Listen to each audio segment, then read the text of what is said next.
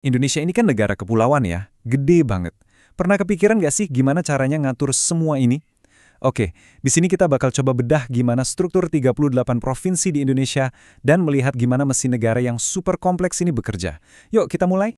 Nah, ini nih pertanyaan kuncinya. Coba deh bayangin tantangannya. Ada lebih dari 17.000 pulau, ratusan suku, dan budayanya macam-macam banget. Gimana coba caranya nyatuin semua ini di bawah satu pemerintahan yang solid dan efektif? Jawabannya ada di angka ini, 38.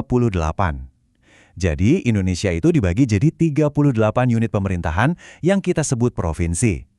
Inilah pilar-pilar yang ngebangun bangsa kita. Tapi loh, angka ini tuh nggak tiba-tiba muncul gitu aja. Dulu jumlahnya nggak segini. Jadi, gimana ceritanya dari 8 bisa jadi 38? Wah, ini ceritanya panjang. Kayak sebuah evolusi gitu. Yuk kita lihat gimana peta administrasi Indonesia berubah drastis dari awal merdeka sampai sekarang. Wah, bedanya jauh banget kan? Dari cuma 8 provinsi pas tahun 1945, sekarang kita punya 38. Dan pertumbuhan ini tuh bukan cuma soal nambahin angka loh. Ini nunjukin adanya dorongan biar pembangunan lebih merata dan biar pemerintah lebih dekat sama warganya di seluruh pelosok negeri. Oke, sekarang yuk kita coba zoom in sedikit. Kita lihat gimana sih cara kerja sebuah provinsi itu, siapa yang jalanin, dan apa prinsip di balik kekuasaan mereka. Terus, siapa aja sih yang megang kendali di provinsi?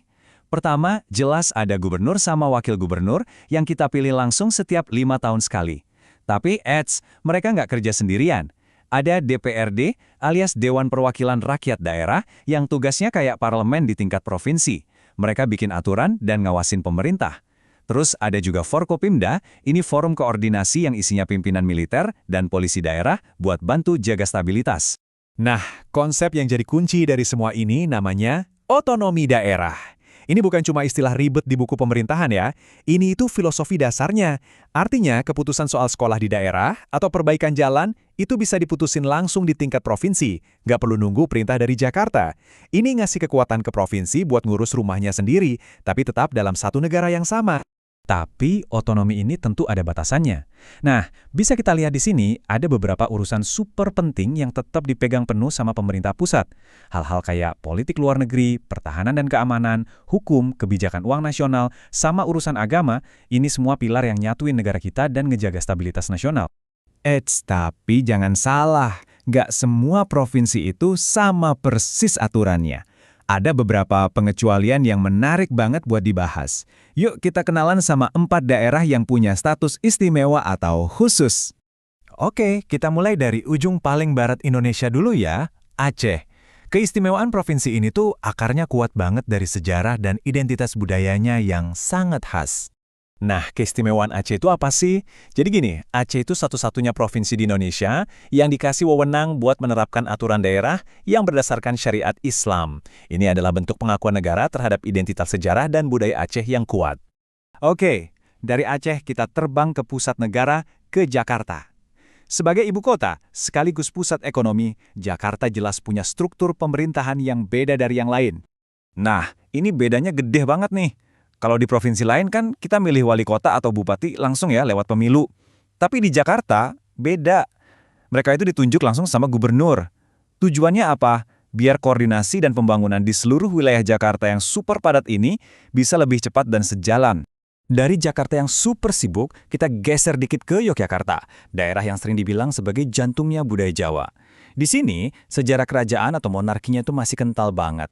Wah, kalau yang ini sih benar-benar unik. Jadi gini, gubernurnya itu nggak dipilih lewat pemilu. Posisi gubernur itu otomatis dijabat oleh sultan yang lagi bertakhta, dan wakilnya adalah Pangeran Pakualam. Ini bukan cuma soal tradisi, tapi juga bentuk penghormatan atas peran penting Kesultanan Yogyakarta dalam sejarah perjuangan kemerdekaan Indonesia. Terakhir, kita terbang jauh ke ujung timur Indonesia, ke provinsi-provinsi di tanah Papua. Di sana, otonomi khusus itu tujuannya spesifik banget, yaitu untuk melindungi dan memberdayakan masyarakat asli Papua. Nah, salah satu bentuk khususnya itu adalah adanya Majelis Rakyat Papua, atau MRP. Ini lembaga unik yang semua anggotanya adalah perwakilan orang asli Papua. Tugas utamanya adalah untuk melindungi budaya dan adat istiadat mereka, dan juga ngasih pertimbangan dalam pemilihan gubernur, biar suara masyarakat adat benar-benar didengar. Oke, tadi kan kita udah ngobrolin soal peta, aturan, pemerintahan. Sekarang kita ngomongin intinya deh. Karena provinsi itu kan bukan cuma soal administrasi, tapi soal orang-orang dan budaya yang hidup di dalamnya. Kutipan ini pas banget buat ngegambarin semuanya.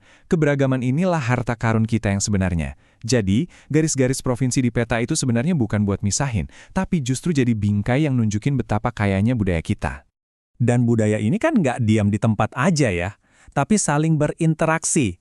Contohnya lewat acara kayak Porsenitas, itu pekan olahraga dan seni, yang ngumpulin berbagai provinsi buat ngerayain warisan kita bareng-bareng lewat kompetisi yang seru. Ini bukti nyata kalau persatuan itu dibangun bukan cuma lewat politik, tapi juga lewat kebersamaan dalam budaya. Nah, jadi kita balik lagi nih ke pertanyaan besar di awal tadi. Dengan 38 daerah yang beda-beda banget, punya aturan sendiri, punya keistimewaan sendiri, apa sih rahasianya kita bisa tetap jadi satu bangsa, satu Indonesia? Mungkin jawabannya ada di keseimbangan antara ngasih kebebasan buat daerah, tapi tetap menjaga persatuan. Sebuah pemikiran yang menarik untuk kita renungkan bersama.